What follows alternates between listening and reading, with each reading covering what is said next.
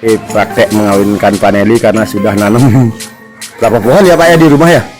Ada sudah 800 ya? 800 ini ibunya praktek.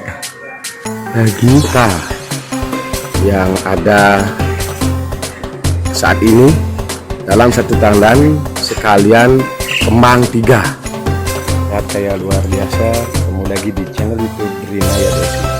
Semoga konten-konten dari petani-petani di Singaraja Bali bisa memberi motivasi bagi petani di mana pun Anda berada. Inilah kehidupan unggul yang ada di Desa Anungan, Kecamatan Cikesado, Kabupaten Belitung.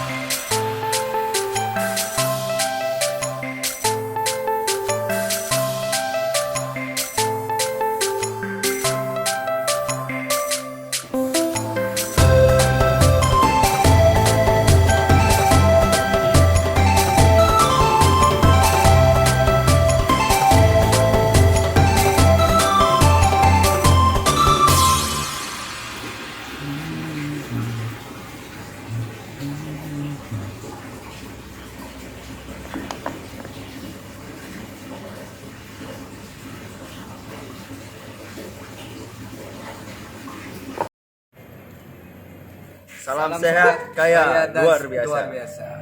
Sekarang saya berada di Desa Ambengan, tepatnya di budidaya paneli.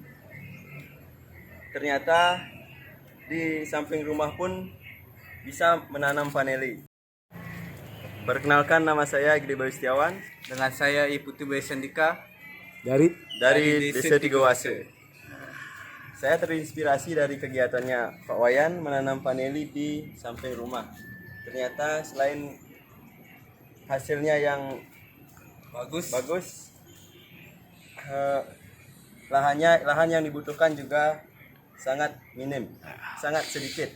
Ini Mari sangat menginspirasi anak-anak muda di zaman sekarang. apalagi sekarang lagi pandemi COVID-19. Mari kita nanam paneli budidayakan menanam paneli di samping rumah di kan? samping rumah. Oke, tetap semangat ya anak-anak muda. Ya, Nah, kita dari Bali, walaupun pulau kecil, tidak menyurutkan niat kita untuk menjadi Petani. petani. Karena petani pekerjaan yang paling mulia. Adik-adik jadi petani, jadi raja, walaupun raja ikan teri kan. Ketimbang adik-adik, misalnya jadi pegawai, Anda masih jadi budak. Ya. Ya. Lebih baik jadi raja ikan teri daripada kita jadi budak ikan tongkol. Hidup kita tertekan. Tapi kalau petani, kita yang ngatur waktunya. Anda sudah menjadi leader ketika Anda menjadi petani. Kenapa Pak Wayan katakan demikian? Karena Anda adalah pemimpin dari segala tanaman ini. Ya, tanaman ini Anda rawat seperti pemimpin merawat masyarakatnya. Kita rawat tanaman kita sehingga mereka yang menggaji kita. Kalau kita panas, demam dan lain sebagainya, kita tidak diurus oleh atasan, tapi kita yang hentikan sementara mengurus tanaman. Mungkin kita cari karyawan. Ya, salam sehat, kaya, luar biasa. Salam sehat, kaya luar biasa. Hari ini ketemu lagi dengan saya Wayan Rinak DSW di channel YouTube Brinaya DSW. Tentu para sahabat, di hari ini saya akan sedikit berbagi konten video. Hari ini saya ada di ketinggian MDPL 10 meter MDPL dari permukaan laut. Tentu di sini saya bisa bagaimana menyampaikan bahwa paneli bisa tumbuh di MDPL 10 meter di atas permukaan laut. Tentu kami masih proses belajar para sahabat. Biar Anda nanti tidak membuli kami sebagai pengembang konten video-video tentang khusus budidaya paneli. Karena menurut saya dimanapun saya mendampingi petani, sharing bersama, belajar bersama, tentu tempat di mana kita menanam, di sanalah kita belajar. Tidak ada petani yang sangat luar biasa dan tidak ada petani yang hebat luar biasa ketika mereka tidak banyak saudara, banyak famili. Karena prinsip saya dengan menekuni budidaya paneli, tentu saya akan banyak famili. Di sanalah akan kita mendapatkan suatu ilmu sehingga tumbuhan paneli ini kita bisa harapkan menjadi pendapatan keluarga, bahkan untuk bagaimana kita ke depan bisa sejahtera menjadi petani. Para sahabat tani, nanti di konten video saya di belakang ini akan saya tunjukkan tanaman di MDPL 10 meter dari permukaan laut itu sudah memasuki usia 1 tahun 4 bulan itu tumbuhnya subur. Teman-teman bisa lihat. Nah, inilah proses yang kami lakukan. Tentu kami juga akan mengharapkan bagaimana pohon yang kita tanam di MDPL rendah ini bisa mengeluarkan bunga. Karena dari prinsip yang ada bahwa ketika tanaman itu sudah tumbuh subur, tentu juga nanti akan berbuah lebat dan lain sebagainya. Para sahabat tani dimanapun Anda berada, tentu saya Wayan Rina DSW tetap akan mengupdate atau mengupload apa yang saya dapatkan sesuai dengan pekerjaan saya.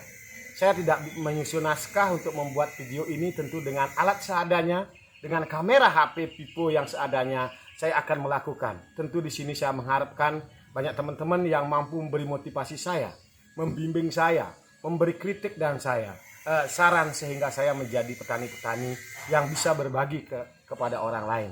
Tentu mungkin anggapan banyak orang bahwa tanda beriak, tanda tak dalam. Betul para sahabat, tapi apa artinya ketika Anda memiliki ilmu tentang budidaya tidak Anda bagikan?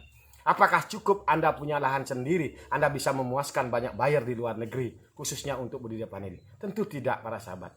Saya Wayan Rina DSW, biarkan orang membuli bahwa saya tanda beriak, tanda tak dalam, tapi saya punya prinsip hidup, saya berbagi bagi banyak orang yang belum tahu, mungkin belum tahu seperti saya.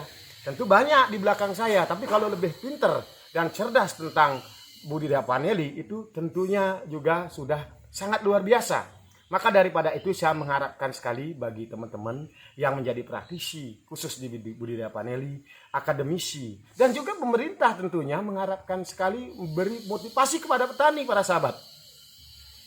Moga-moga hari ini ada para pemangku pejabat yang mendengar keluhan saya.